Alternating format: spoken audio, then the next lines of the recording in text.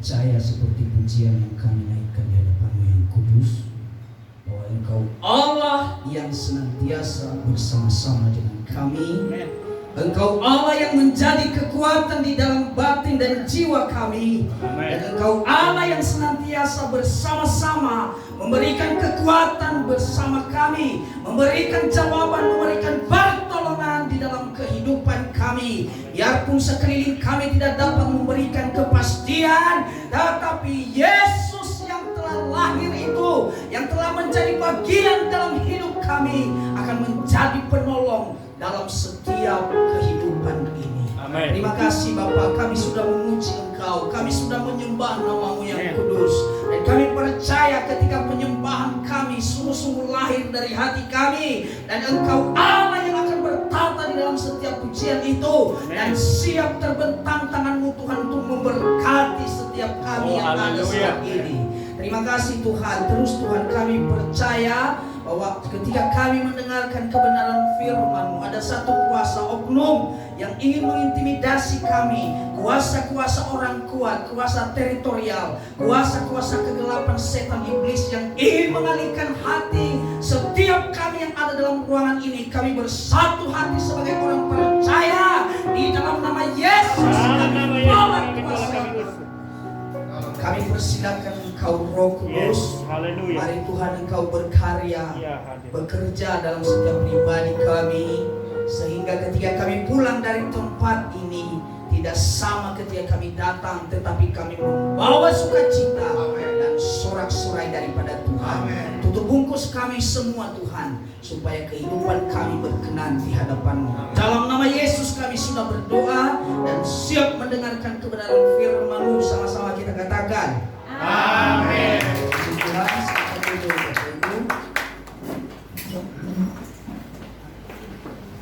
shalom. Sekali lagi shalom. Puji Tuhan. Ya, kita sudah berada di minggu terakhir dalam tahun ini.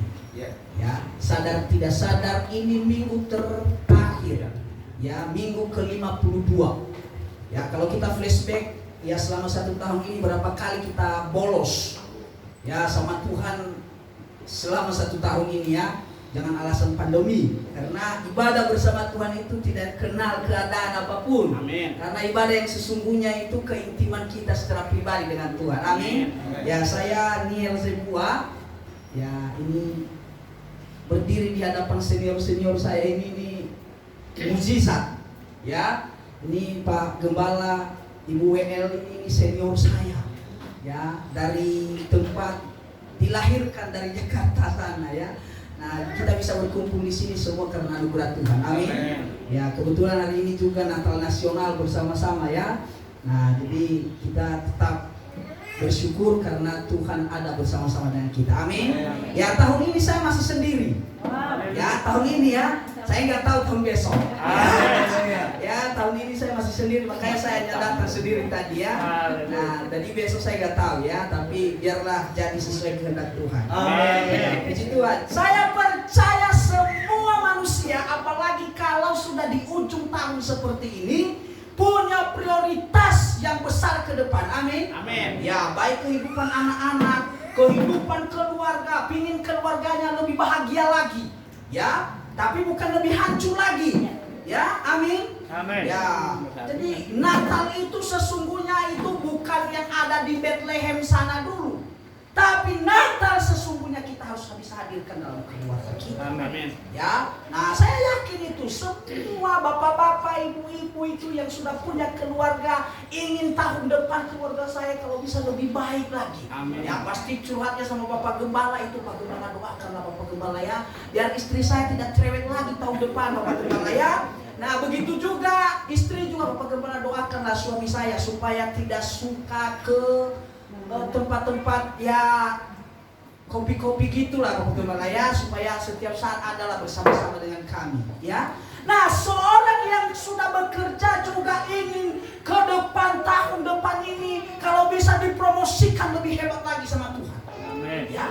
Pelayanan juga kita ingin berkembang lagi, jiwa-jiwa baru kita datangkan di tempat ini. Amin. Amin. Ya, karena itu saya yakin prioritas yang kita taruh di kaki Tuhan pasti akan berhasil. Amin. Tapi prioritas yang kita taruh bersama kekuatan kita, bersama ego kita pasti akan hancur.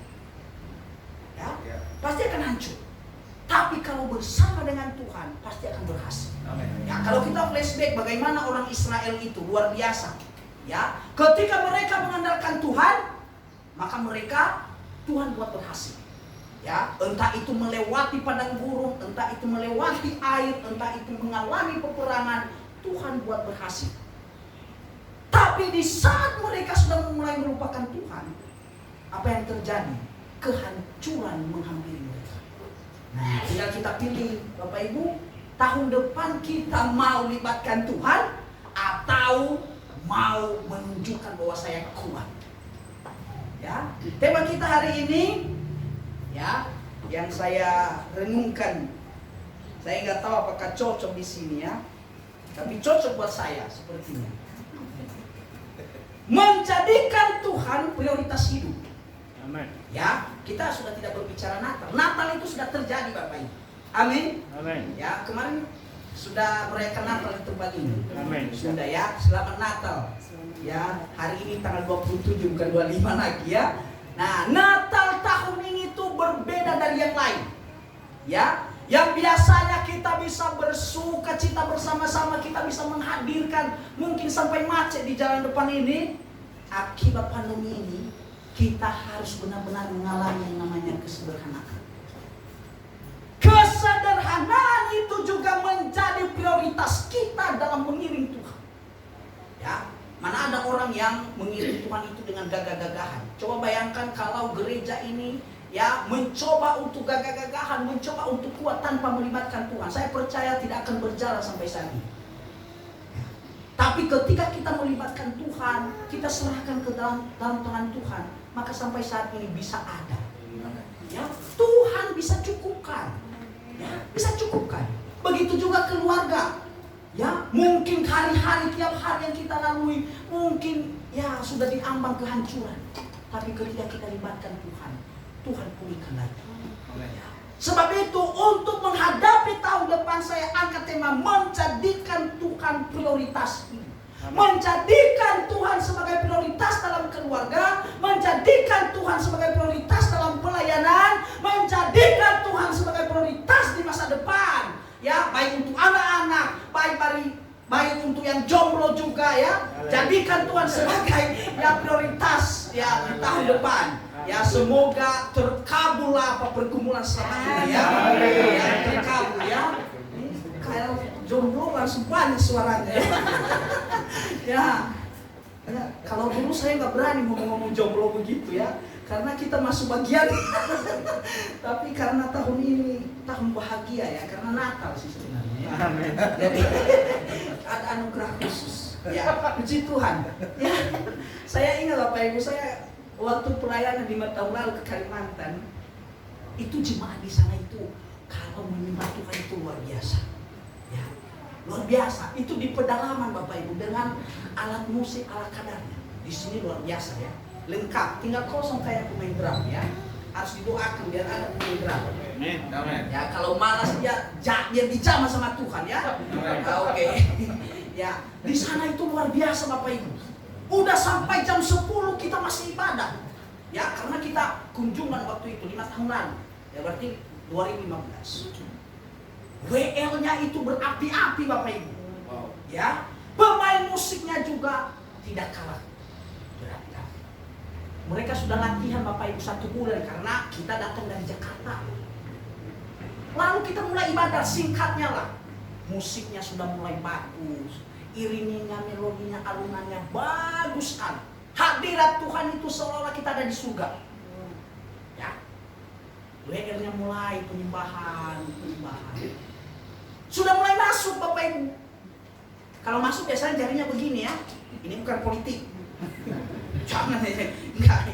Ini enggak. Ini biasanya kalau kita di dalam ujian mulai masuk ke tahun belakang. Main keyboard tiba lihat. Main keyboard udah mulai pancing-pancing juga. Drum juga udah pukul-pukul. Ternyata Bapak Ibu WL-nya lupa judulnya. Iya. Dia gini-gini terus, pemain musiknya juga pancing-pancing terus. Gitarnya juga sampai udah putus Bapak Ibu ya. Ya putus. Akhirnya karena dia sudah tidak ingat judul lagunya, dia bilang, mari jemaat Tuhan. Ini suasana penyembahan Bapak Ibu. Tuhan itu jemaat Tuhan sudah mulai menyembah, haleluya, puji Tuhan. Tiba-tiba, mari kita angkat pujian. Aku datang dengan telanjang, aku pulang dengan telanjang. Semua jemaat Tuhan, hadirat Tuhan langsung hilang Bapak Ibu. Yang dia maksudkan itu, aku datang, ku tak membawa apapun juga. Saya datang ke dunia ya. Nah ternyata semangat juga harus terarah Bapak Ibu ya. Nah kalau kita jadikan Tuhan sebagai prioritas hidup, maka tolak ukur itu harus ada. Ya, ayo coba kita buka dalam Filipi 4 ayat yang ke-8. Nah, ini yang pertama ya. Kalau kita mau menjadikan Tuhan sebagai prioritas, kita lihat dalam Filipi 4 ayat 8. Saya akan baca, boleh sama-sama ini. Kalau di sini luar biasa loh ya jemaatnya ya. Ini jarang saya lihat Bapak Ibu. Yang bawa-bawa Alkitab ini jarang. Biasanya itu bawa-bawa HP suci. Ya jadi ini 3-in-1. Bisa Alkitab, bisa juga chat-chatan juga, bisa nonton juga ya. Kalau ini kan nggak bisa Bapak Ibu ya. Ya itulah perkembangan zaman. Oke, sudah temukan? Amin. Ya Filipi 4 ayat 8. 1, 2 ya. Jadi akhirnya saudara-saudara semua yang keras, semua yang mulia, semua yang adil, semua yang suci, semua yang manis, semua yang sedang didengar, semua yang disebut kebajikan dan patut dipuji, pikirkanlah semuanya itu. Ya, puji Tuhan. Ya. Kita sudah tidak berbicara lagi masalah Yesus itu lahir di kandang domba, Yesus lahir di tempat yang hina. Yesus sudah ada di dalam setiap hati kita. Ya, kalau masih mengharapkan itu pergi sana ke Timur Tengah. Ya, pakai sorban, pakai itu daster itu kayak dulu begitu. Tidak ada pakai dasi, jas segala macam, enggak ada. Ya, baju mereka di sana seperti itu. Tulisan ini adalah tulisan Rasul Paulus kepada jemaat yang ada di Filipi. Ya, semua yang disampaikan di sini Rasul Paulus menyimpulkan bahwa ini yang harus dimiliki oleh orang percaya hari-hari ini. Ya, apalagi di masa pandemi Bapak Ibu ya. Memikirkan yang baik itu susah. Coba bayangkan Bapak Ibu, apa yang baik? Yang biasanya kita salaman, gak bisa kan? Orang salaman kita udah mikir, jangan corona kamu. Nanti saya pulang-pulang, ya kan? Udah itu udah. Ya, budaya yang selama ini akan lenyap Bapak Ibu. Dan jangan juga sampai budaya kita memuji Tuhan, menyembah Tuhan juga ikut lenyap. Nah, saya nggak mau ketemu gereja, karena nanti ada corona lagi. Apalagi corona sekarang itu tanpa gejala. Mana ada penyakit tanpa gejala? Batuk aja ya harus sakit tenggorokan dulu. Ya flu aja kita harus bersih-bersih. Ini tanpa gejala. Saya kadang-kadang aneh juga penyakit ini ya. Orang yang jatuh cinta aja setiap dia lihat atau kayak malu-malu gitu ya. Apalagi dia corona nggak ada gejala, itu repot. Ya mana ada penyakit ini? Ada dokter di sini. Nggak ada, khusus untung nggak ada dia. Pasti dia malu, pasti keluar kalau ada dia. Wah itu dia ya. Nah, tidak ada penyakit Bapak Ibu yang tanpa gejala. Kita keselio aja sakit. Saya bingung, sampai sekarang saya masih bingung, ini kok tanpa gejala ya? Tapi ya biarlah dosa yang mereka buat itu tanggung sendiri. Jangan ikut-ikut kita ya. Nah, menjadikan Tuhan sebagai prioritas hidup kita untuk menghadapi tahun depan. Apa yang kita lakukan yang pertama adalah cara berpikir kita, konsep kita harus seirama dengan Tuhan. Amin. Ya. Cara berpikir kita, rencana kita, program kita tahun depan harus seirama dengan Tuhan. Ya jangan yang ada dalam keluarga, bapak rencananya tahun depan jalan-jalan ke Bali, ibu rencananya ya di rumah aja. Harus seirama. Ya. Ibu rencananya mau ke mall, bapak bilang ya udah ke pasar aja ya, sakit sekali nggak bawa ke mall. Ya, jangan di pasar terus. Ya, kalau di pasar terus, ya Nah itu, ya itu, ya sudah berkeluarga. Kau udah tahu murah? Oh bagus, ini perencanaan yang matang ini. Sudah ada mulai perbandingan. Semua harganya segini. Ya puji Tuhan ya. Tapi mungkin tahun depan ada jawaban ya. Ini senang loh ada di sini ya. Nggak seperti kayak rumah sendiri ya. Nah, menjadikan Tuhan sebagai prioritas yang pertama adalah cara pikir kita, konsep kita harus seirama dengan Tuhan. Paulus mengarahkan semua pemikiran jemaat yang ada di Filipi, semua orang-orang yang percaya itu supaya apa? Apa yang mereka lakukan itu selalu seturut dengan kehendak Tuhan. Amin. Udah kita tidak usah lagi terbelenggu dengan tahun yang sudah, hari-hari, bulan-bulan yang sudah kita lalui. Seberapa banyak kita melupakan Tuhan tahun ini itu, Bapak Ibu jangan menjadikan itu belenggu untuk menghadapi tahun depan. Tahun depan kita persiapkan diri kita dengan baik, kita tata hidup kita dengan baik, kita sambut tahun depan dengan baik. Dengan apa? Yang pertama adalah kita harus merubah mindset kita. Kita harus merubah mindset kita. Biar corona itu berjalan bersama-sama dengan kita. Kita tunjukkan kita lebih kuat dari corona. Amin. Amin. Ya. Kita tunjukkan bahwa kita lebih kuat dari tantangan hidup yang sedang berlangsung saat ini. Amin. Ya, tidak peduli Bapak Ibu sekarang. Mau anak-anak, mau remaja, mau dewasa, orang tua, semua mengalami tantangan corona ini. Ya. Keluarga, coba bayangkan orang yang bekerja mengalami tantangan. Mungkin di PHK, mungkin penghasilan menurun. Ya.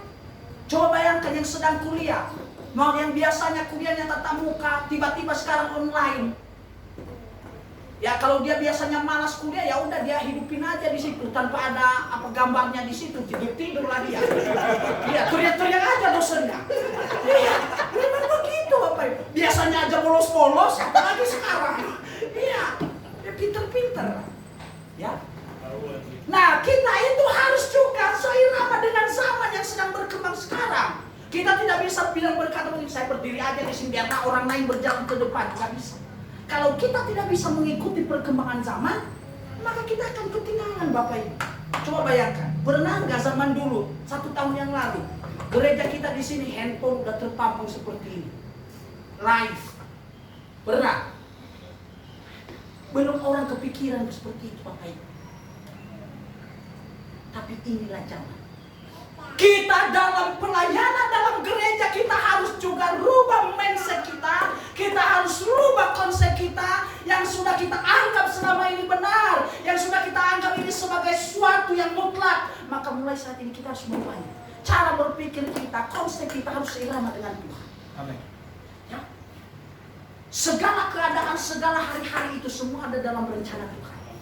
Kalaupun Tuhan izinkan kita ada di hari ini, itu semua tidak lepas dari kendali Tuhan. Amin. Tidak lepas. Nah, jadi akhirnya saudara-saudara, semua yang benar, semua yang mulia, semua yang adil, semua yang sedap didengar, semua yang disebut kebajikan dan patut dipuji, pikirkanlah semuanya itu. Tidak ada satu agama yang menentang kalau kita sampaikan seperti ini. Tidak ada. Tidak ada. Karena apa? Yang dihimbau di sini adalah kebaikan. Ya, kebaikan. Saya percaya semua di sini kita sudah menerima Yesus secara pribadi. Amin. Ya, saya terlalu semangat di sini sampai ini. Ya, saya nggak tahu tangan saya yang ke bawah atau mimbarnya yang ke atas. Ya. Gak mungkin mimbarnya ini. Ya, ya puji Tuhan ya. Nah, tidak ada. Terima kasih. Tidak ada satu agama Bapak Ibu yang akan menentang ketika Bapak Ibu berkata, Bapak mulai tahun depan kita pikirkan yang baik, kita pikirkan yang patut dipuji, kita pikirkan apalagi yang mulia, kita pikirkan yang adil. Tidak ada. Pasti dia bilang kalau orang yang tidak percaya Yesus, amin, terima kasih Pak, terima kasih. Hari Minggu saya datang ke gereja Bapak ya. Nah itu tahun depan kita harus punya program yang sangat besar. Karena itu cara berpikir kita, konsep kita harus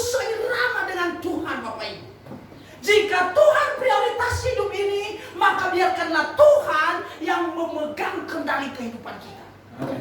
Ya coba bayangkan kalau orang yang ada di kapal itu ya tidak dikendalikan oleh nahkoda yang benar-benar cakap di situ. Ya, hanya dua kemungkinan Bapak Ibu. Ya. Pertama, kita tabrak gunung batu yang kita nggak tahu di mana. Kedua, kita ditenggelamkan. Ya, kalau tenggelam dalam api asmara mah nggak apa-apa, rasain sendiri, jangan bawa kita ya, jangan. Ya, Bapak Ibu saya mau kasih tahu ya, kalau percintaan zaman sekarang dengan zaman dulu itu beda. Ya mungkin kalau bapak-bapak di sini pasti senyum. Kalau zaman dulu itu saya namakan cintanya itu pesawat. Ya, ya langsung. Ya, kenapa saya bilang pesawat? Kalau zaman dulu itu mana ada berani? Dulu ada biasanya itu main gitar lah, lewatlah orang yang dia suka main gitar, ya. Paling ngirim surat, dilihat-lihat, ceweknya juga malu-malu gitu kan. Ya, malu-malu apalagi ketemu di gereja. Aduh, dia lihat udah datang. Ya, duduk di pojok belakang, mana tahu nanti dia terlambat, ya. Cowoknya biasanya begitu. Kalau di sini saya nggak tahu. Kalau zaman sekarang Bapak Ibu kayak Metro Mini. Serobot sana, serobot sini. Nggak peduli mau benyok ke, mau apa ke, yang penting santai.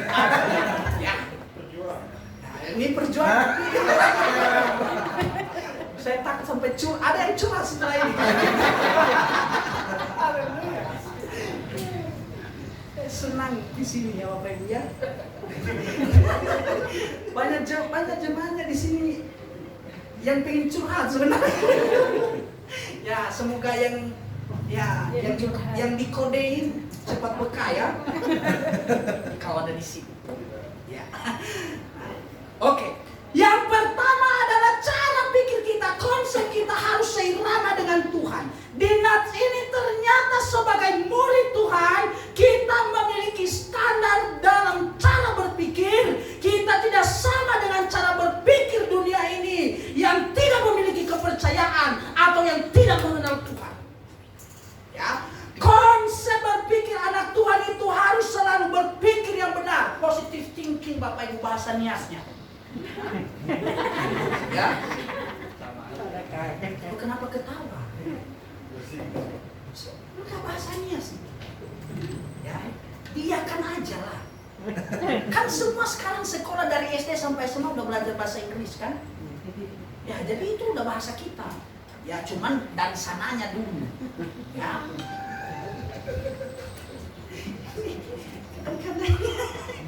Jangan menganggap itu milik orang. Kalau kita sudah tahu itu milik kita, Bapak Ibu ya. Masa contohnya kalau dibilang Yesus, kenapa jadi milik kita Yesus? Harusnya milik orang Israel.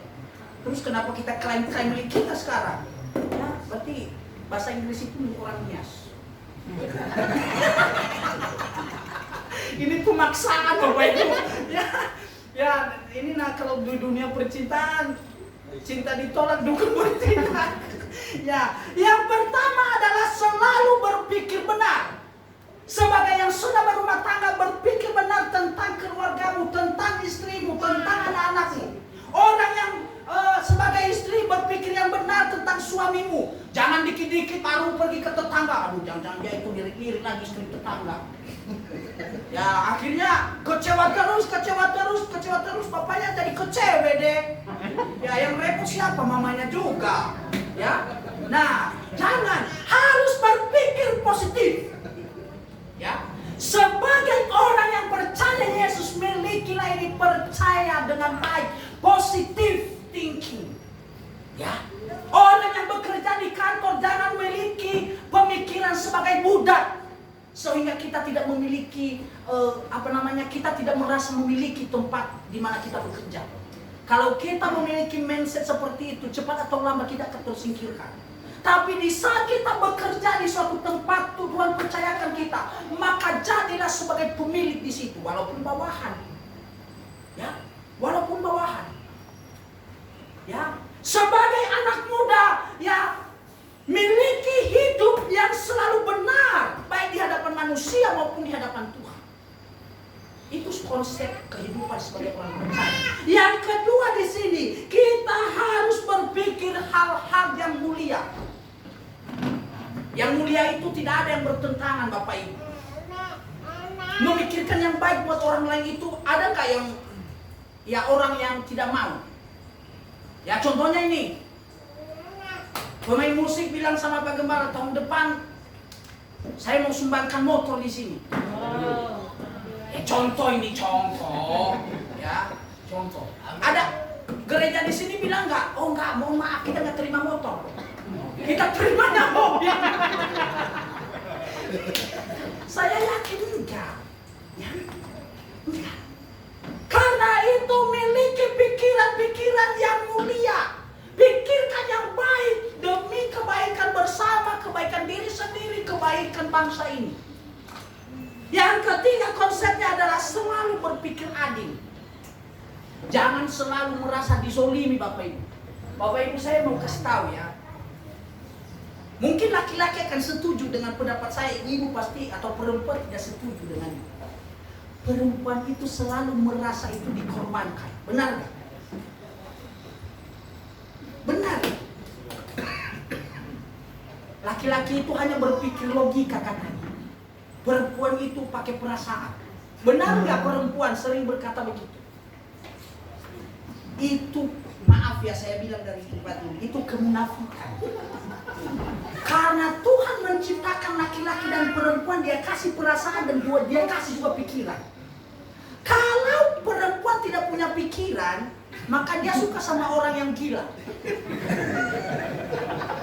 Coba tatap yang punya istri atau suami, coba lihat dulu muka istri dan suami. Ya, jadi jangan menyesal lagi. Ya, jangan selalu berpikir ini laki-laki nggak punya perasaan, ya, hanya pakai logika aja. Loh, giliran perempuan diperhadapkan sama yang pincang nggak mau, kok. Yang nggak punya duit nggak mau. Iya kan? Jadi jangan selalu berkata dirubah sekarang.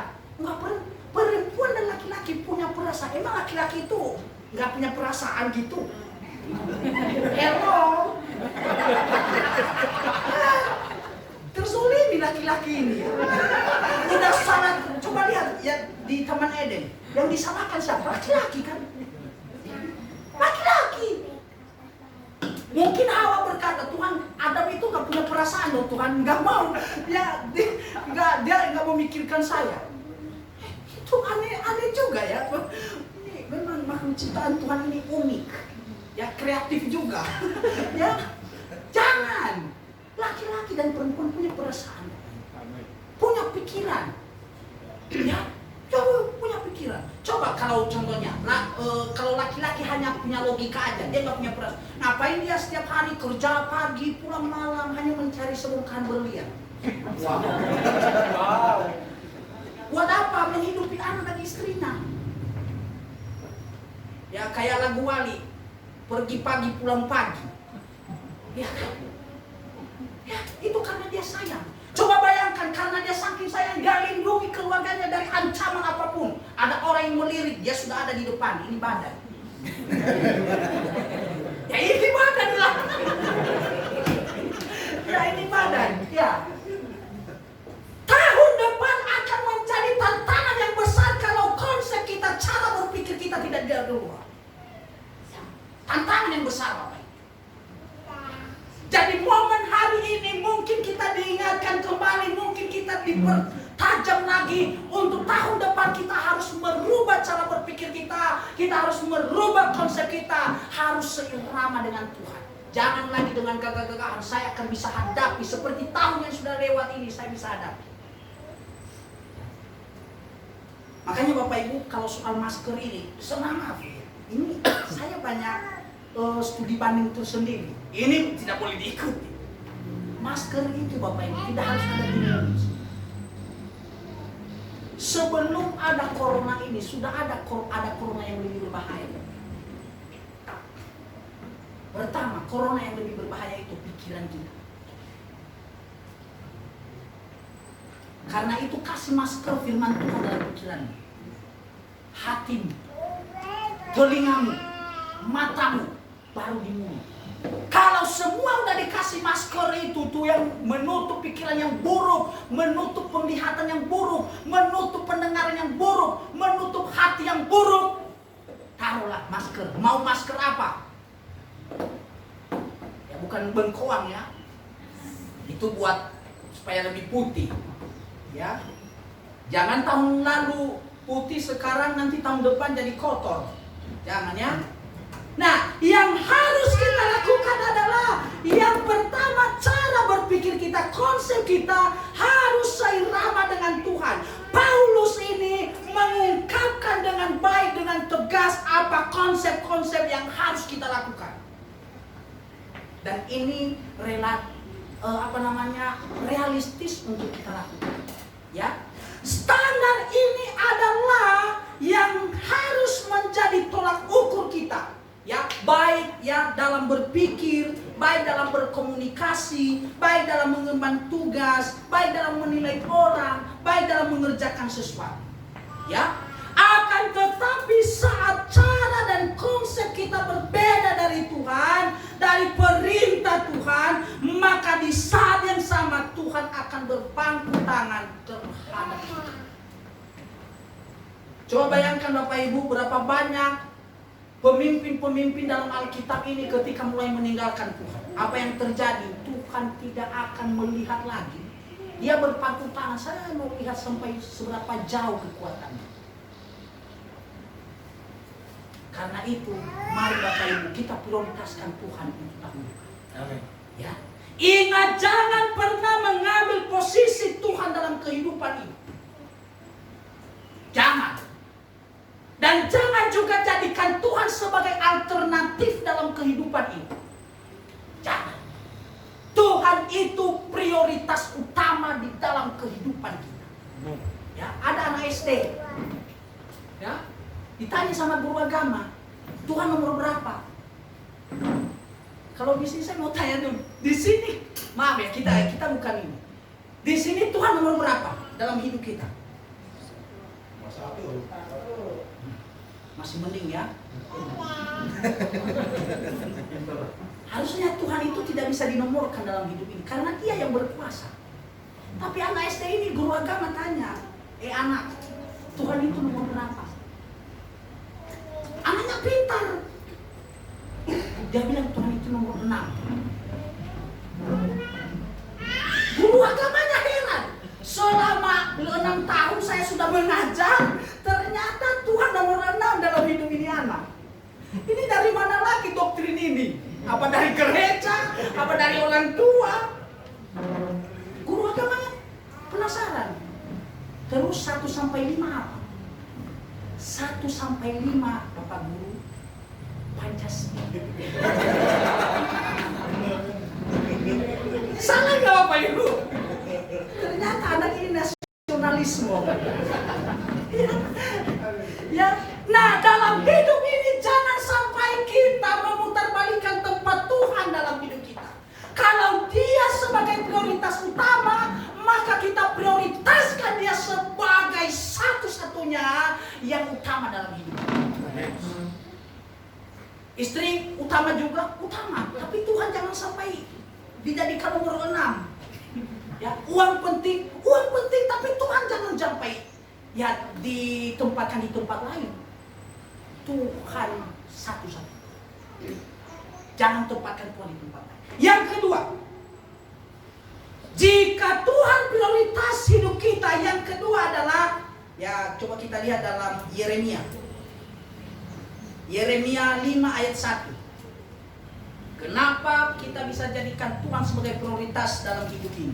Nah, ini adalah cerita bagaimana Allah memanggil Yeremia. Ya. Nah, ini kita flashback bahwa beberapa hari lagi kita akan memasuki tahun yang baru. Ya, Yeremia 1 ayat 5. Oke, ada seorang perempuan lah yang baca ini. Yeremia 1 ayat 5. Ada yang bisa membantu? Yeremia 1 ayat 5. Sebelum aku membentuk engkau dalam rahim ibumu, aku telah mengenal engkau, dan sebelum engkau keluar dari kandungan, aku telah menguduskan engkau. Aku telah menetapkan engkau menjadi nabi bagi bangsa-bangsa. Ya. Ini adalah panggilan panggilan Allah kepada hamba Tuhan yang bernama Yeremia. Ya. Allah memilih dia itu bukan karena dia sudah hebat, sudah mampu memikirkan segala sesuatu, enggak. Tapi di sini dari pembacaan ini terlihat bahwa Yeremia sedang berargumen kepada Tuhan. Tuhan, saya tidak bisa. Tuhan, sebagaimana bisa saya begini? Ya, dia berkata seperti kurang lebih. Mungkin kita seperti anak-anak muda sekarang, seperti bapak-bapak, ibu-ibu, disuruh sama Pak Gembala, tolong Bapak Gembala itu kalau bisa pelayanan. Kita tidak mau. Ya, enggak, itu khusus sama hamba Tuhan aja. Ya, kami nggak bisa, kami kan jemaat. Ya, kalau kami khusus yang menopang dana, amin, puji Tuhan. Ya, kalau ada yang mengatakan begitu. Yang anehnya nggak ngomong A, nggak ngomong B, diam-diam baik. Ya, kayak kena virus gegana, gelisah galau merana, kayak. Ya, Bapak Ibu. Ya, Yeremia adalah dipakai Tuhan dengan luar biasa untuk menyampaikan pertobatan kepada bangsa Israel. Dan ketika Tuhan menyuruh dia berkata, Tuhan, saya tidak mampu. Siapa saya, Tuhan? Kok begini, Tuhan? Emang saya punya kemampuan apa? Lalu Tuhan berkata seperti ini, sebelum aku membentuk engkau dalam rahim ibumu, aku telah mengenal engkau.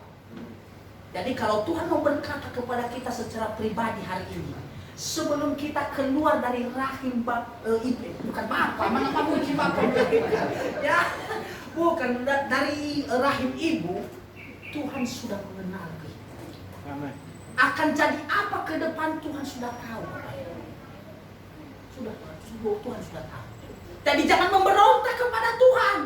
Kalau sudah jalannya lurus, jangan bengkok-bengkok lah. Ya.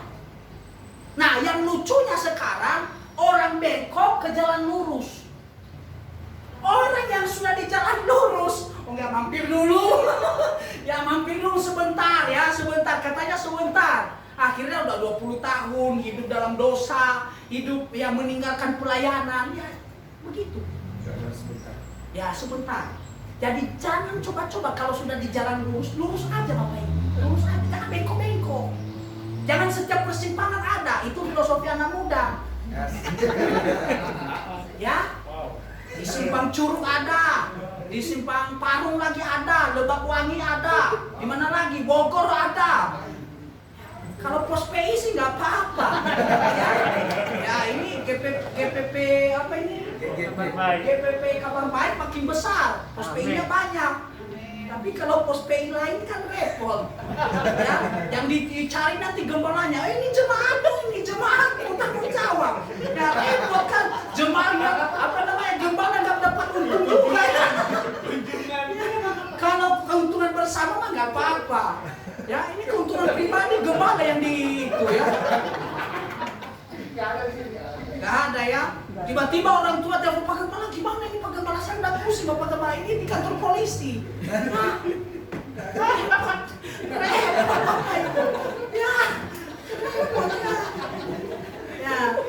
Nah, kalau Tuhan prioritas dalam hidup, yang kedua adalah bukan hanya cara berpikir kita, konsep kita yang harus seirama dengan Tuhan.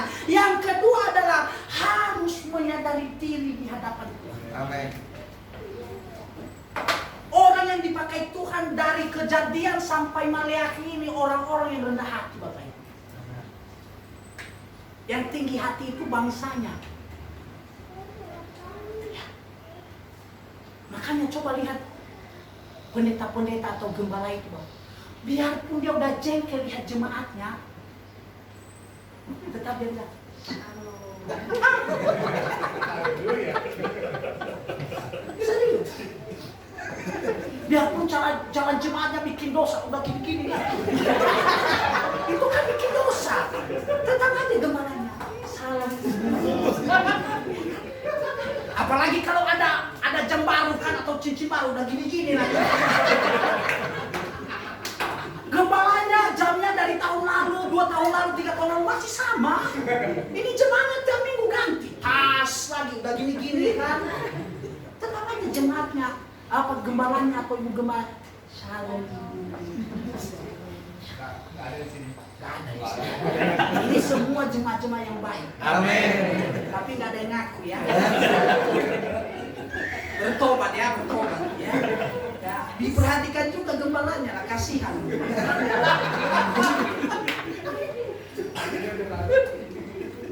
Nah ini yang repotnya. Yang tahun lalu mungkin karena dibersihin kan kelihatan baru. Oh, baru ya. Ya ternyata tahun lalu. Ya dia yang baru. Ya puji Tuhan. Menyadari diri di hadapan Tuhan. Kenapa kita harus menyadari diri di hadapan Tuhan? Ini sangat penting, Bapak. Karena kita bukan siapa-siapa di hadapan Tuhan.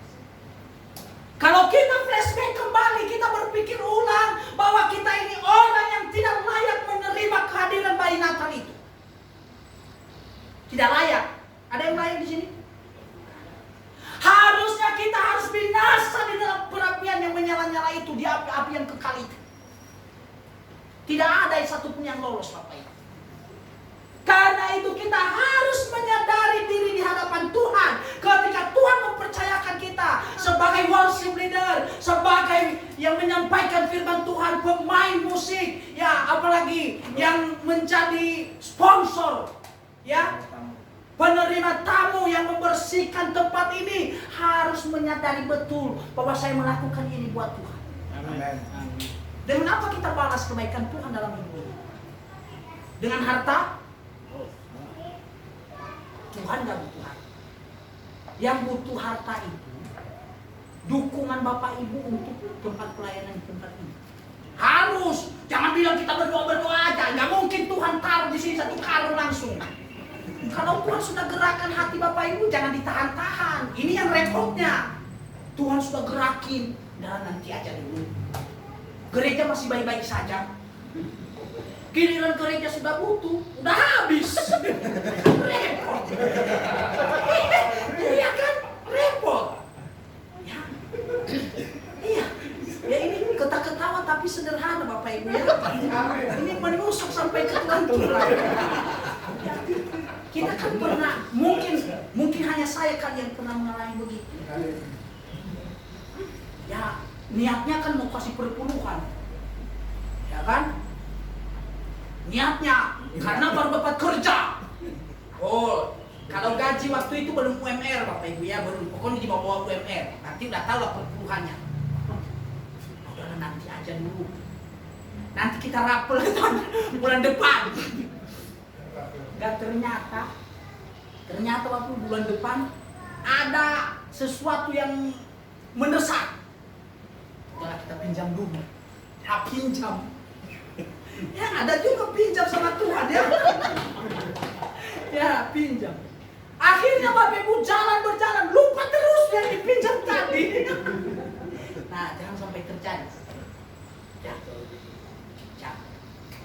Harus menyadari diri di hadapan Tuhan. Katakan Tuhan, dengan apa saya balas kebaikanmu? Kalau kita sudah berjalan hampir 365 hari kita sudah lalui, dengan apa kita balas kebaikan Tuhan dalam kehidupan kita? Ada yang kena COVID di sini? Gak ada. Ya, sama di Jumat kami juga gak ada. Jangan sampai.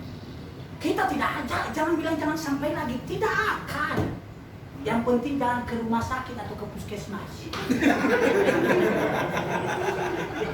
Kuncinya itu Bapak Ibu. Benar. Dengarlah kata saya ini. Nah bagaimana kalau kita sakit? Mending undang yang orang-orang yang tahu itu ke rumah. Kalau mau datang ke rumah sakit atau ke dites dulu kita. Kita flu, dibilang kamu reaktif kamu. Repot kan? Saya udah bilang ke keluarga saya semua. Biarpun mati jangan ke rumah sakit. Loh, benar loh kata saya. Orang-orang mau melahirkan aja di swab. Ini orang mau melahirkan, ini mau jatuh. Di swab Bapak Ibu. Coba zaman-zaman dulu bapak-bapak, maaf ya di zaman mana ada swab itu, datangnya ke dukun beranak ya. Ya, dukunnya gak punya anak, tapi namanya dukun beranak. Ya, benar gak Pak?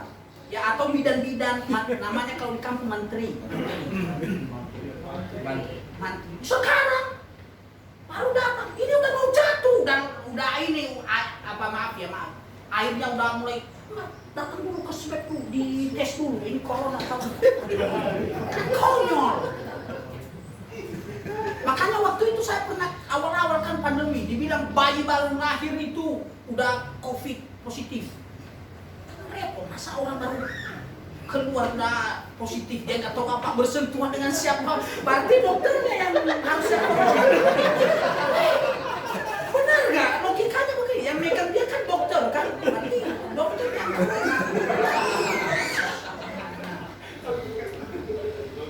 makanya jangan pakai perasaan mulu. Nah, harus itu satu. Nah, menyadari diri di hadapan Tuhan. Kalau Tuhan prioritas utama dalam hidup ini, maka milikilah sikap seperti Yeremia ini. Ketika Tuhan memanggil dia, Allah memberitahukan kepada dia bahwa sebelum engkau ada di dunia ini, sebelum ada cikal bakal benih kamu ini, saya sudah tahu kamu akan jadi apa. Kalau Tuhan berkata secara pribadi kepada kita yang muda-muda, orang tua yang punya keluarga, saya sudah tahu ending kamu hari esok.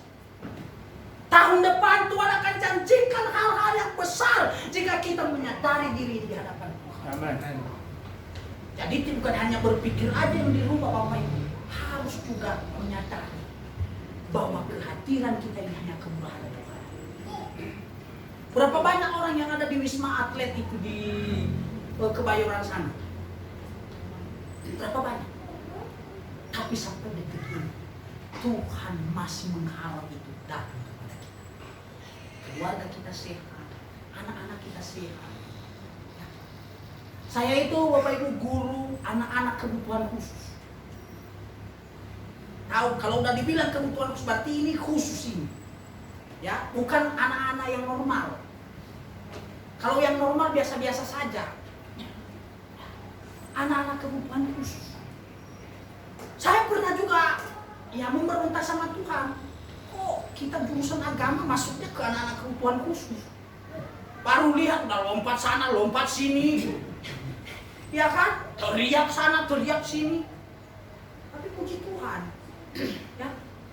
Kalau Tuhan tempatkan kita di satu tempat bukan tidak ada maksud. Amin. Kalau Tuhan juga izinkan Bapak Ibu Saudara ada di dalam jemaat ini bukan tidak ada maksud. Amin. Mungkin Tuhan sedang mempersiapkan Bapak atau Ibu untuk menjadi donatur utama di dalam. Haleluya. Ini aminnya kurang ikhlas. Amin.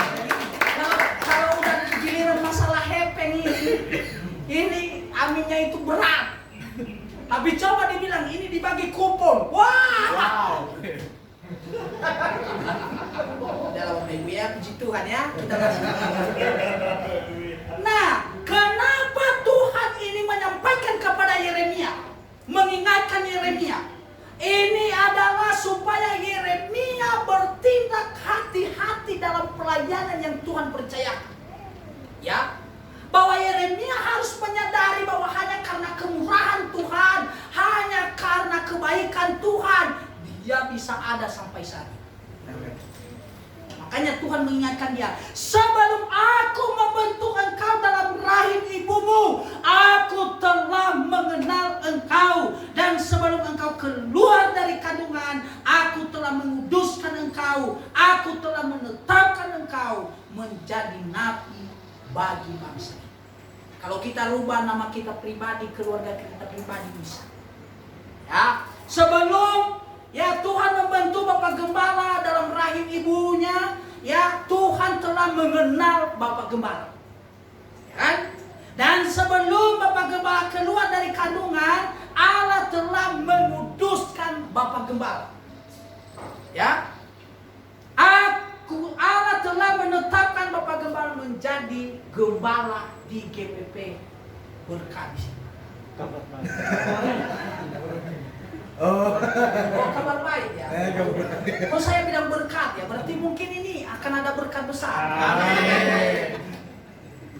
Oh, saya tunggu telepon aja kalau udah. Gak apa-apa, biar diposting aja. Oh, puji Tuhan, berarti udah datang berkatnya ya. Menyadari diri di hadapan Tuhan. Ya, kalau di dalam ada dalam Alkitab, siapakah aku ini Tuhan? Ya, jadi biji matamu. Ada lagunya ya, sampai ada lagunya itu. Siapakah aku ini Tuhan? Jadi biji matamu. Dengan apakah ku balas Tuhan? Selain puji dan sembah. Tidak ada yang bisa kita balas. Selagi ada kesempatan, mari kita melayani. Amin. Kita tidak tahu hari esok Bapak Ibu. Ya, ada orang tua teman saya tinggal beberapa hari ini. Ada juga sebelum tanggal 25, 24 sudah dead. Tidak ada yang tahu. Mari kita sadari diri di hadapan Tuhan. Kalau ada hal-hal yang mengekang kita selama ini, membuat kita tidak bisa all out dengan Tuhan, mari lepaskan Bapak Ibu. Mungkin dengan saudara kita, mungkin dengan jemaat yang sama-sama duduk di tempat ini, mungkin kita tidak suka dengan dia, ada sesuatu hal yang membuat hati kita tidak damai sejahtera. Lepaskanlah sebelum tahun ini. Amin. Buat apa itu dipelihara? Emang binatang dipelihara? Ya? Enggak usah. Ada sakit hati, ada dendam, ada ketidaksukaan. Ya mungkin pelayanan ini, ya saya percaya pelayanan itu tidak ada yang bisa memuaskan semua orang. Mungkin ada kekurangan. Wah, pelayanan ini kok begini-begini terus. Ya sudah, kalau memang sudah tahu begitu, libatkan diri di dalamnya. Ambil bagian di dalamnya. Biar apa? Biar lebih bagus. Ini bukti bahwa kita menyadari diri di hadapan Tuhan. Jangan kayak ini komentator bola. Dari A sampai Z di komentator, mau ditendang juga di komentar juga, diambil juga di komentar juga. Nah, di gereja juga banyak begitu Bapak Ibu. Di sini sih kayaknya nggak ada. Saya lihat kalau di sini baik-baik semua ya. Ya. Kalau di tempat kami banyak. Ya. Ibadah live aja kita diprotes waktu itu. Ini kok ibadah live? Mana pernah ada ceritanya begitu? Nah, kamu mau lawan pemerintah? Nanti kita diangkut repot. Iya kan? Nah, ditaruh kita di Wisma Atlet di sana, repot juga kita ini. Ya. Nah, yang kedua yang harus kita lakukan adalah menyadari diri di hadapan Tuhan. Karena Allah prioritas utama dalam hidup kita, maka kita harus menyadari diri di hadapan Tuhan. Yang terakhir. Ini kalau terakhir langsung amin, puji Tuhan. Ini ya, puji Tuhan. Yang terakhir saya baca Roma 8 ayat 28. Kita tahu sekarang bahwa Allah turut bekerja dalam segala sesuatu untuk mendatangkan kebaikan bagi mereka yang mengasihi Dia, yaitu bagi mereka yang terpanggil sesuai dengan rencana Allah. Ya, ada yang Tuhan panggil di sini? Enggak ada, masih hidup kan? Dipanggil bukan. Maksudnya dipanggil untuk melayani di tempat ini. Ya, dipanggil untuk menjadi jemaat di tempat ini. Ya. Nah, ini juga tulisan Rasul Paulus Bapak Ibu. Ya, ini tulisan Rasul Paulus juga. Dia berkata, kita tahu sekarang bahwa Allah turut dalam segala hal, turut bekerja dalam segala hal. Artinya dari tahun ke tahun, dari hari ke hari, dari pekerjaan-pekerjaan, pelayanan-pelayanan, Tuhan selalu ada di dalam. Tuhan terlibat di dalam hidup. Kalau punya istri cerewet, bukan Tuhan tidak ada dalam keluarga kita. Nah, makanya saya kasih tahu, ada dua pilihan yang tidak boleh salah dalam hidup ini. Ya. Bagi yang mempersiapkan diri ke depan, ada dua pilihan yang tidak boleh salah. Ya, baik orang tua maupun yang muda. Pertama, jangan sampai salah memilih keyakinan. Karena akibatnya adalah akhirat. Kecuali kalau nggak mau mikirnya akhirat, ya udah happy-happy aja di dunia ini. Ya, slow aja. Yang kedua, memilih pasangan hidup.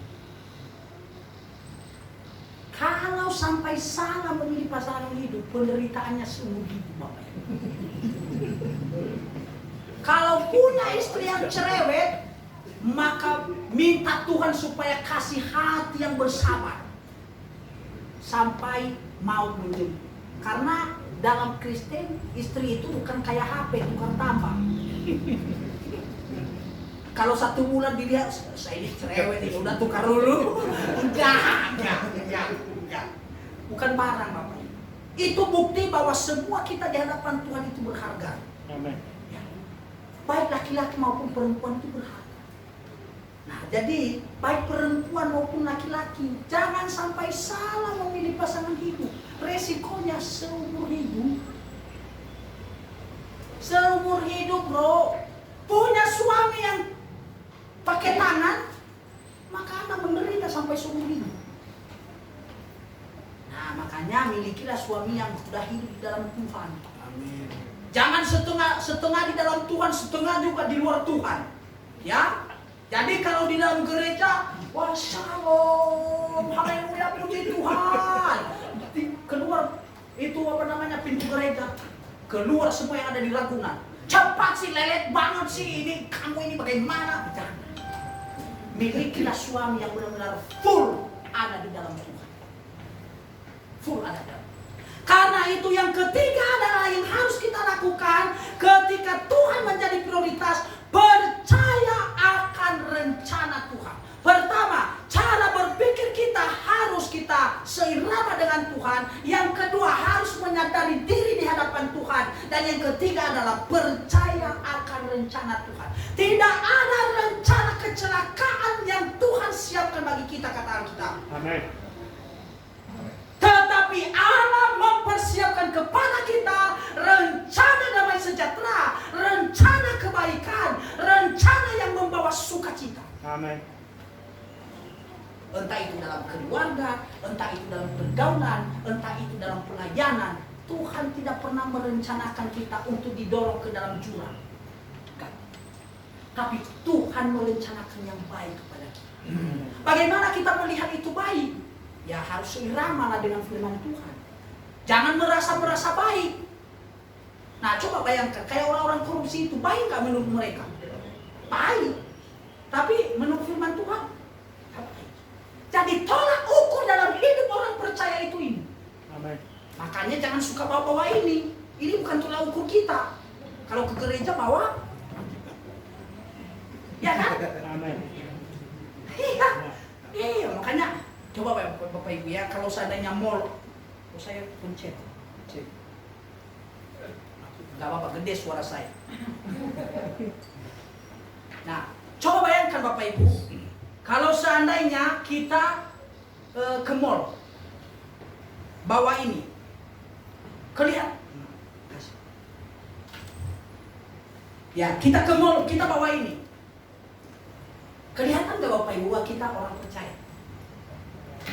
Kalau bawa ini, kelihatan gak? Sama aja. Makanya di dalam Maleakhi ada janji Tuhan bagi orang benar. Tuhan akan memberkati orang yang beribadah kepada Tuhan, membedakan orang yang beribadah kepada Tuhan dengan orang yang tidak beribadah kepada Tuhan. Nah itu ciri utamanya. Orang yang suka beribadah itu pasti diberkati oleh Tuhan. Amin. Tapi orang yang suka nongkrong di warkop tidak akan mendatangkan berkat. Yang akan datang adalah musibah. Semakin banyak kita ngobrol, ya semakin banyak kita ngobrol itu, semakin itu banyak dosa. Baik ibu-ibu, jangan cuma sebentar beli sayur, gerobakan, beli sayurnya cuma 1 kangkung doang. Jangan diomongin semua. Waduh, aduh ya udahlah. Kasih, jangan. Itu memang anugerah. Saya senang loh ibu-ibu ini ya, yang suka banyak ngomong, yang kita tidak tahu menjadi tahu. Ya bagus lah. Yang penting terarah aja, terarah pada tempatnya. Jangan semua diomongin juga. Ya gak bagus. Ya soalnya kadar pendengaran laki-laki itu ada batasnya Bapak Ibu ya. Kalau sudah lebih dari 100 kata itu siap-siap. Dalam hatinya sudah nggak ngerti sih orang. Nah ibu-ibunya nggak pernah ngerem, gas terus. Soalnya belum sampai 5.000 soalnya kata-katanya. Kalau bapak-bapak paling kuat 1.000 atau motor 2.000 lah. Itu sudah kuat. Coba bayangkan ya, kalau bapak-bapak pergi sesuatu. Yang penting udah sampai. Kalau udah contohnya, kalau bayar listrik ya udah, dia bayar listrik udah selesai.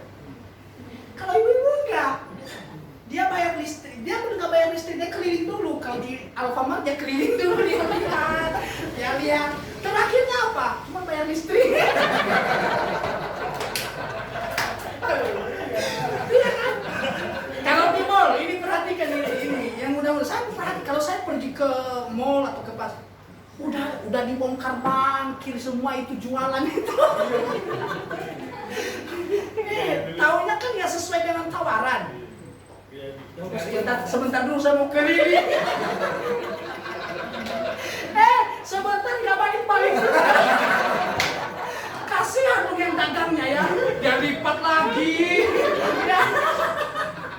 Makanya orang Indonesia itu suka yang 30%, 50%. Benar nggak? Ya, kalau ada diskon 30%, ibu-ibu langsung masuk dalam grup WA. Udah tahu belum ada diskon 30%? 70%. Ya, boleh. Dalam hidup itu perlu loh Bapak Ibu menghadirkan cara hidup 70-30%. 70% hidup itu harus diserahkan kepada Tuhan. 30% makanya ada yang namanya orang yang labor. 30% itu kita harus bekerja, kita harus mencari nafkah. 70%-nya jangan dibalik. 30% dalam Tuhan, 70% akhirnya tidak ada waktu lagi. Kayak ada di jemaat kami lah itu. Itu jemaat kapal selam. Di sini nggak ada ya? Nggak ada. Nggak ada yang ngaku. Ya, ya saya nggak tega ngomong nggak ada yang ngaku. Kalau jemaat yang sudah mau berarti ini saksi hidup. Dan dalam perkara ini kuat ini kalau begitu. Ini harus didoakan itu. Ya, kalau dari minggu ke-1 sampai minggu ke-49 nggak pernah nongol di gereja. Minggu ke-52 atau hari Natal baru muncul yang tidak pernah turun gunung, yang tidak pernah muncul di atas permukaan, muncul. Saya bingung Bapak Ibu, apakah sakral banget itu tanggal 25? Apakah ada kesaktian di tanggal 25 itu sehingga para sesepuh yang ada di gunung itu baru turun? Saya nggak tahu. Ini harus dirubah. Kalau ada di sini jangan dipelihara. Karena setiap hari itu selalu baru kata Tuhan. Amin. Setiap hari itu yang saya percaya. Buat apa kita memeriahkan hari Natal? Kan kalau makna yang sesungguhnya bukan kemeriahan hari Natal.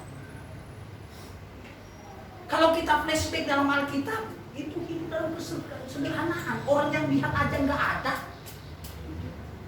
menerima dia untuk bisa menginap aja nggak ada, akhirnya ke kandang. Tapi kita ini tanggal 25 baru muncul. Yang tidak pernah gereja biasanya ada di di warung-warung, muncul ke dalam gereja. Habis tanggal 25 lanjut lagi ke warung, minum sampai pagi. Saya nggak tahu. Ini siap-siap ini, mudah-mudahan nggak ada di jemaat sini tanggal 31 ya. Ini udah pada janjian belum ini, bakar-bakar, beli berapa dus yang ada gambar bintang, ya itu udah ada itu. Saya dengar ya, saya lewat-lewat.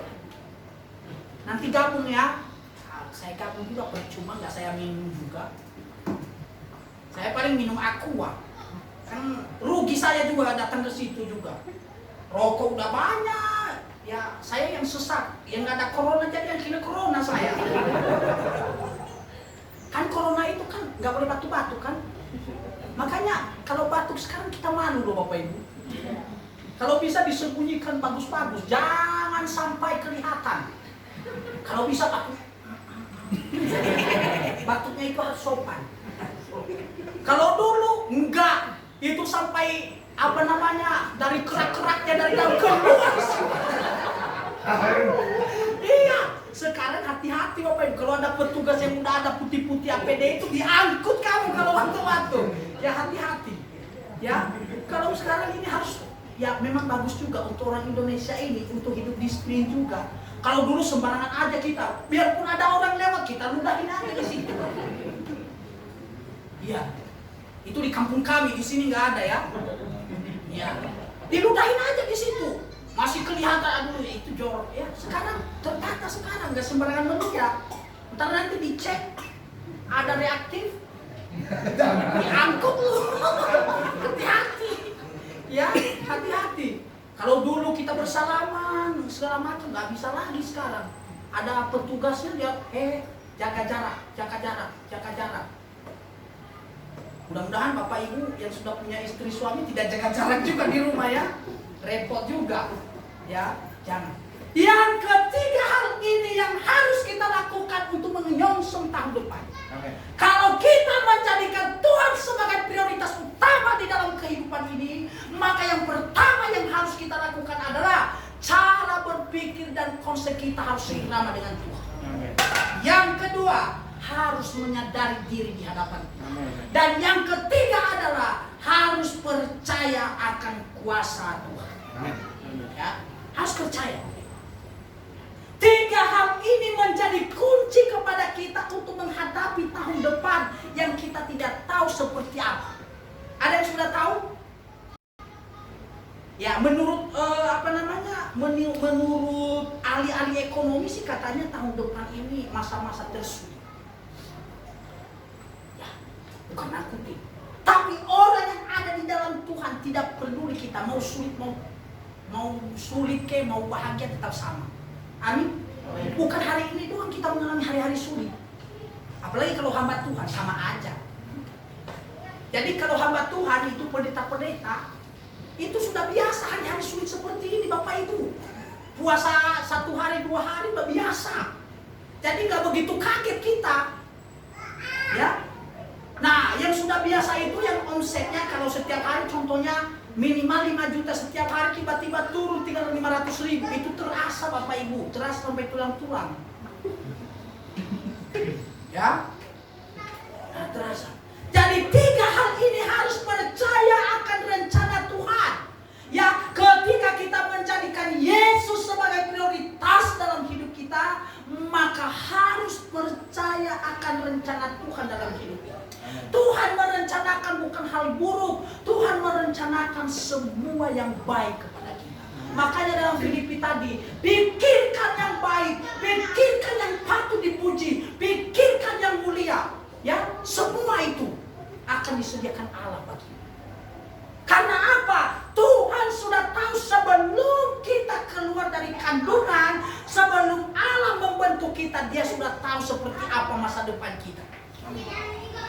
Karena itu harus percaya rencana. Percaya rencana. Yakini bahwa rencana Allah dalam kehidupan kita itu rencana yang terbaik. Jangan pernah salahkan Tuhan. Ini gara-gara Tuhan ini saya di PHK. Tuhan tidak pernah merencanakan itu. Tuhan selalu memikirkan yang baik bagi kita. Kita itu seperti kekasihnya Allah. Setiap hari kita dipikirkan, setiap hari dipikirkan. Persoalannya, kita setiap hari nggak memikirkan Allah kita. Yesus yang begitu baik itu. Jadi mari Bapak Ibu, semoga jemaat di tempat ini, ya, untuk menyambut tahun depan lebih giat lagi, lebih bersemangat lagi di dalam Tuhan. Ya, lebih bersemangat, ya, lebih bersemangat. Tantangan itu boleh ada. Ya tantangan boleh ada, gak apa-apa. Tapi Tuhan memberikan kita kekuatan di tengah-tengah tantangan. Ya. Itu yang membedakan kita. Ketika kita benar-benar melibatkan diri di dalam Tuhan, bergaul karib dengan Tuhan, membangun mesbah dengan Tuhan, ya, membangun mesbah keluarga, itu pasti Tuhan akan memberikan kita kekuatan. Ya. Dan itu janji Tuhan. Tuhan akan membuat berbeda orang yang beribadah kepada Tuhan. Tuhan pasti. Ya coba Bapak Ibu ya, kalau kita banding-bandingkan, semua orang di luar sana itu punya beban. Coba bayangkan sekarang, orang curhat sekarang, pasti curhatnya beban. Aduh ini gini. Kita dilihat jadi tempat curhat, dikira kita juga nggak punya beban. Kan repot juga orang ya. Coba kalau Bapak Ibu ada tetangga, pasti dia curhat. Aduh pas saya nggak tahu lagi ini anak-anak udah kuliah online lagi harus tetap bayar. Dia nggak tahu bahwa kita juga banyak. Ada 2 orang yang kuliah, dia pikir cuma dia doang yang punya beban. Tapi kenapa kita kuat? Karena ada Yesus. Mari kita berdoa. Kami bersyukur untuk kasih setia dan pemeliharaan Tuhan yang sempurna. Kami sudah selesai merenungkan kebenaran firman-Mu. Dan biarlah Roh Kudus-Mu yang terus menyederhanakan dalam setiap hati dan hidup kami. Kami percaya Bapa, walaupun hamba-Mu sudah berhenti sampai saat ini, tetapi Roh Kudus-Mu akan terus bekerja di dalam setiap hati jemaat-Mu. Biarlah Tuhan terus Engkau berkati jemaat yang ada di tempat ini. Apapun yang menjadi pergumulan mereka, apapun yang menjadi persoalan mereka, di dalam nama Yesus Allah kami yang hidup, Engkau Allah yang menjadi jawaban bagi mereka. Apapun Tuhan Yesus, mungkin ada di antara jemaat yang sedang dalam keadaan sakit saat ini. Sakit di bagian manapun, kami percaya bahwa tangan-Mu penuh kuasa. Tangan-Mu itu ajaib. Tangan-Mu itu sanggup melakukan yang mustahil bagi kami. Karena itu kami berdoa di dalam nama Yesus, sakit penyakit di bagian manapun yang ada di tubuh jemaat-Mu, Engkau jamah, Engkau sembuhkan Tuhan dalam nama Yesus. Jika ada jemaat-Mu Tuhan Yesus mungkin sedang hari-hari ini mengalami Tuhan Yesus, keluarga mereka Tuhan mungkin di ujung Tuhan Yesus kehancuran Tuhan, mungkin tidak ada kecocokan. Kami percaya bahwa Engkau Allah sanggup memulihkan keluarga jemaat-Mu di tempat ini. Mari Engkau Tuhan berkati, Engkau pulihkan Tuhan Yesus. Engkau Tuhan Yesus anugerahkan hati untuk senantiasa menaruh semua persoalan di hadapan-Mu. Tuhan Engkau berkati setiap Tuhan Yesus jemaat yang ada di tempat ini, pemuda-pemuda yang ada di tempat ini. Engkau Allah yang bertanggung jawab bagi mereka. Engkau Allah yang senantiasa mempersiapkan yang baik bagi mereka. Apapun yang sedang mereka hadapi, yang sedang mereka rasakan saat ini, tetapi kami percaya bahwa Engkau Allah yang memelihara kami sempurna di dalam kehidupan ini. Jika ada jemaat-Mu yang sedang membutuhkan pekerjaan Bapa, Tuhan Engkau bukakan jalan keluar.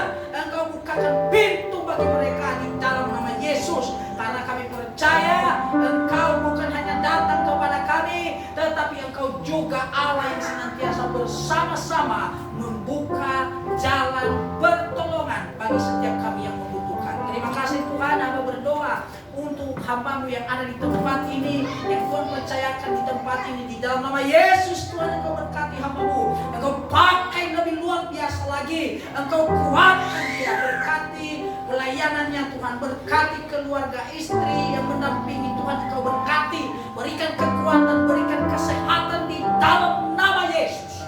Engkau berkati anak-anak yang Tuhan percayakan, biarlah Engkau Allah yang bertanggung jawab bagi anak-anak ini. Masa depan mereka kami pertaruhkan ke dalam tangan-Mu, karena Engkau Allah yang tidak kekurangan cara untuk memberkati setiap kami. Apapun yang dibutuhkan Tuhan di tempat pelayanan ini, mungkin mereka sedang merindukan sesuatu Tuhan untuk didatangkan di tempat ini, untuk merenovasi sesuatu. Kami berdoa Tuhan, biarpun sekeliling kami tidak dapat memberikan kami jaminan, tetapi Engkau Allah yang mempunyai langit dan bumi, Engkau Allah yang mempunyai berkat. Biarlah berkat dari barat, dari timur, utara, selatan, Engkau datangkan ke tempat ini. Sehingga apapun pergumulan Tuhan Yesus pelayan di tempat ini, di dalam nama Yesus terselesaikan. Amin. Terima kasih Tuhan, kami berdoa Tuhan Yesus, mungkin ada Tuhan Yesus istri yang sedang sakit hati saat ini. Mungkin Tuhan Yesus sedang Tuhan Yesus susah melepaskan sesuatu Tuhan. Engkau Allah yang sangat mengasihi Tuhan Yesus. Engkau Allah yang mampu merubah apapun Tuhan yang mustahil bagi kami. Berikanlah Tuhan kekuatan, berikanlah kemampuan Bapa.